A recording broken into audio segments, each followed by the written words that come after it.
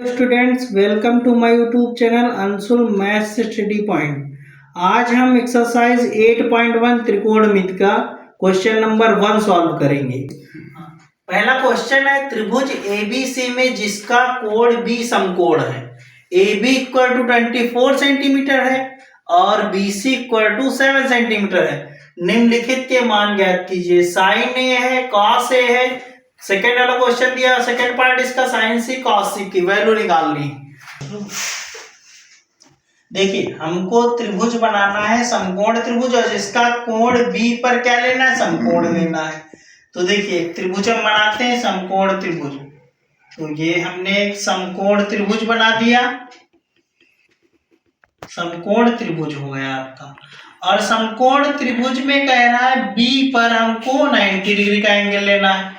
तो यानी कि बी ये हमने ले लिया, बी पर हम 90 डिग्री ले लेंगे। अब हमारे पास क्या बचा, ए और सी बचा। ए और सी हम कहीं पर भी ले सकते हैं, चाहे ए यहाँ ले ले, सी यहाँ ले ले, चाहे सी और ए बदल सकते हैं। लेकिन बी पर अगर समकोण करा तो बी पर ही समकोण लेना है। अब इसमें बी देखिए, अब हमको इसमें भुजाएं भी शो करनी। A B equal to 24 centimeter, तो ए बी कितना हो गया आपका 24 सेंटीमीटर। फिर बी सी कितना है हमारे पास 7 सेंटीमीटर। हमको तीसरी भुजा निकालनी है। दो भुजाएं दी हैं, ए बी दी है और बी सी दी। तीसरी भुजा निकालनी। जब समकोण त्रिभुज में दो भुजाएं दी और तीसरी निकालने कहेगा तो हमारी एक थ्योरम है पाइथागोरस प्रमेय।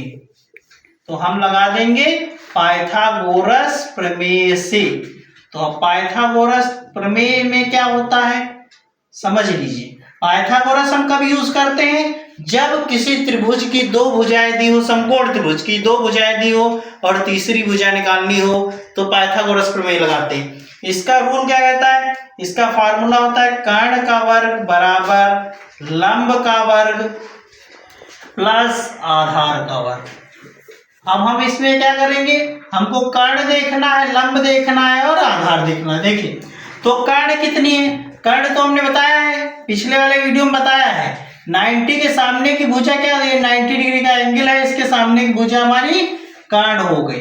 और ये हम भुजा ले लेंगे लंब, और ये जो बची हुई भुजा है ये हमारी है आधार। हम वैल्यू पुट करेंगे। देखो, कर्ण हमारा कितना है AC, तो हम यहाँ पर AC का स्क्वायर ले लेंगे, इक्वल टू लंब कितना है हमारे पास, लंब है AB, तो AB का स्क्वायर ले लेंगे और प्लस आधार, आधार क्या है आपका BC, तो हम BC का स्क्वायर ले लेंगे। अब AC का स्क्वायर तो हमको AC निकालना है, यहाँ पर दी नहीं, और इक्वल टू AB दे रखा है। AB कितनी है आपकी 24, तो 24 का हम ऐसे स्क्वायर कर देंगे, प्लस BC कितना है हमारे पास 7, तो हम 7 का स्क्वायर ऐसे कर देंगे।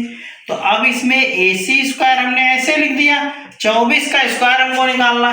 तो 24 का स्क्वायर, किसी भी संख्या का अगर स्क्वायर निकालना उसकी 2 बार गुणा कर देते हैं, 24 गुणे 24 कर देंगे। तो जो लोग गुणा नहीं जानते वो गुणा भी सीख लें। 4 चक्कू कितना होता है, देखिए पहली संख्या हम पकड़ेंगे दोनों से मल्टीप्लाई करेंगे, दूसरी पकड़ेंगे तब दोनों से मल्टीप्लाई करेंगे। तो देखो पहली संख्या क्या हमारे पास 4 है, तो 4 से दोनों मल्टीप्लाई करो, 4 चक्कू 16, 6 लिखेंगे हासिल 1 जाएगा, 4 दूनी 8, 8 1 9। फिर यहाँ पर एक क्रॉस लगा दो, क्यों, क्योंकि एक डिजिट से हमने मल्टीप्लाई कर लिया तो एक क्रॉस लग गया। अब 2 से इधर गुणा कर लो दूसरी डिजिट जो है, तो 2 चक्कू 8, फिर 2 दूनी 4। अब इसको जोड़ दो, 6 9 8 17, 17 के साथ हासिल 1 जाएगा और 4 1 आपका 5 आ जाएगा, यानी 576 हो जाएगा। तो 24 का स्क्वायर कितना आ गया आपका 576 आ गया। प्लस अब हम क्या करेंगे, 576 इसका स्क्वायर आ गया, प्लस 7 का स्क्वायर कितना होता है 49, 7 की 2 बार स्क्वायर करोगे। देखो 7 का स्क्वायर का मतलब 7 सत्ती होता है, 7 सत्ती आप जानते हैं, 7 का पहाड़ा 7 सत्ती 49 होता है, तो हमने यहाँ पर 49 लिख दिया। अब दोनों को जोड़ना है हमको, 576 प्लस 49 जोड़ दीजिए आप, तो कितना हो जाएगा 9 6 15 हो जाएगा, 9 6 15 हासिल 1 जाएगा, 7 4 11, 11 1 12, 12 के 2 हासिल 1, 5 1 6, 625 आ जाएगा आपका, 625 आ गया AC स्क्वायर बराबर। अब हम AC जब स्क्वायर हटाते दूसरी तरफ हमारा अंडर रूट चढ़ जाता है 625। अब हमें इसकी वैल्यू बाहर निकालनी है, रूट से बाहर वैल्यू। तो जब किसी की वैल्यू निकालनी हो तो हम उसके कर देते हैं गुणनखंड, जिसको फैक्टर बोलते हैं। देखो ये संख्या गुणनखंड हम पहले सिखा चुके चैप्टर 1 में। गुणनखंड हमने बताया था आपको कि संख्या को चेक करते किस संख्या से कट रही। तो देखिए ये किससे कट रही है, लास्ट में ये विषम संख्या है, तो विषम संख्या हमने बताया 2 से नहीं कटेगी। 3 से इसको चेक करोगे, 3 दूनी 6, ये 25 नहीं कटेगा। तो हम किससे 5 से लेके चलेंगे, 5 एक कम 5, 1 यहाँ पे जाएगा 12 हो जाएगा, 5 दूनी 10, 2 बचा 2 यहाँ पे जाएगा 25, 5 दूनी 10, 2 यहाँ पे जाएगा 50, 25। हाँ अब देखिए 55 25 हो गया, फिर 5 से काट देंगे, 5 एक कम 5। हमको क्या निकालना है, देखिए सबसे पहले तो ये समझ लीजिए हमको निकालना क्या है। यहाँ पर रूट के ऊपर कुछ नहीं लगा, इसका मतलब घात कितनी 2, हमको 2 का जोड़ा बनाना होगा। 2 का जोड़ा बनाएंगे वर्गमूल निकल जाएगा किसी भी संख्या। अब देखिए इसका 2 का मिला दिया, एक जोड़ा बन गया। फिर यहाँ पर हमने 2 मिला दिए, एक जोड़ा बन गया। तो ये जो जोड़ा बनता है इसका कितना 1 5 बाहर आ जाएगा, गुणे लगा देंगे। फिर ये वाला जोड़ा बन गया तो इसका 1 5 बाहर ले लिया, 50 25 आ गया। हमारा वर्गमूल कितना मिल गया 25 आ जाएगा। 625 का वर्गमूल कितना 25। अब हमको AC मिल गया 25, तो हम क्या करेंगे AC हमारा ये 25 सेंटीमीटर आपको मिल गया, क्योंकि ये सब सेंटीमीटर में भुजाएं दी थी तो ये भी सेंटीमीटर में आ गई। हमारे पास लंब कर्ण आधार तीनों मिल गए। अब हम चलते हैं क्वेश्चन का फर्स्ट पार्ट। फर्स्ट पार्ट हमारा कह रहा है साइन ए कॉस ए निकालना है। तो सबसे पहले हम साइन ए निकालेंगे। तो साइन ए इक्वल टू क्या होता है, फार्मूला हमने पिछले वीडियो में बताया है। साइन ए इक्वल टू होता है लंब बटे कर्ण, हमने बताया है।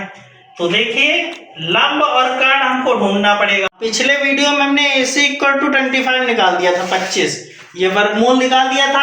अब हमारा पहला part sign A cos A निकालना है, तो हमने साइन ए हम पहले निकालेंगे। तो sine A equal to formula क्या होता है, हम बता चुके पिछले वीडियो में, लंब बटे कर्ण होता है। तो देखिए लंब, अब हमने ये भी बताया था कि अगर साइन के साथ ए है, ये कोण पे हमको ध्यान देना है, ए अगर कोण है तो ए के सामने की भुजा हम हमेशा क्या लेंगे लंब। तो दूसरी भुजा क्या हो जाएगी आपकी आधार।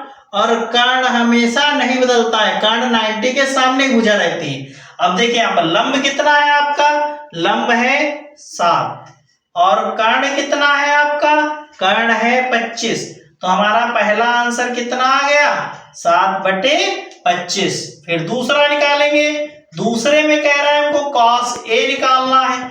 तो cos a का भी हम फार्मूला बताए थे कि आधार बटे कर्ण होता है। तो आधार बटे कर्ण, तो आधार बटे कर्ण में अब हम आधार देखेंगे। आधार हमारा कितना है 24 और बटे में कर्ण कितना है, कर्ण है 25। तो हमारा ये भी आंसर आ गया। तो फर्स्ट पार्ट हमारा सॉल्व हो गया।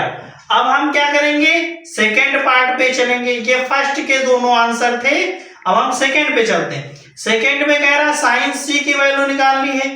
फार्मूला वही रहेगा, लंब बटे कर्ण ही रहेगा, लेकिन बस सी के अकॉर्डिंग अब हम चलेंगे। हमने बताया था साइन के साथ जो होगा उसके सामने लंब हो जाएगा। यहाँ पर सी है साइन के साथ, तो ये सी हमारा यहाँ पर ये है। तो अब देखो ध्यान दो जरा, सी के सामने भुजा क्या जाएगी लंब हो जाएगी। सी के सामने भुजा लंब हो गई, तो ये कौन सी भुजा हो गई हमारी, आधार हो जाएगी। 7 यानी 7 हमारी कितनी है, आधार हो जाएगी। अब हम क्या करेंगे साइन सी बराबर लंब बटे कर्ण। लंब कितना है हमारा, सी के अकॉर्डिंग लंब जाएगा आपका 24 बटे कर्ण कितना, कर्ण बदलेगा ही नहीं, वो 25 ही रहेगा। तो हमारा पहला आंसर कितना आ गया 24 बटे 25। फिर किसका वैल्यू निकालने कह रहा है, cos c की वैल्यू। cos c में हमने cos का फार्मूला बताया है आपको, आधार बटे कर्ण होता है।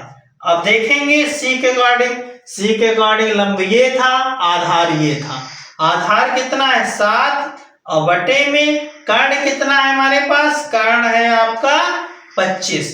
तो 7 बटे 25 आपका आंसर आ गया और ये हमारा क्वेश्चन सॉल्व हो गया पूरा।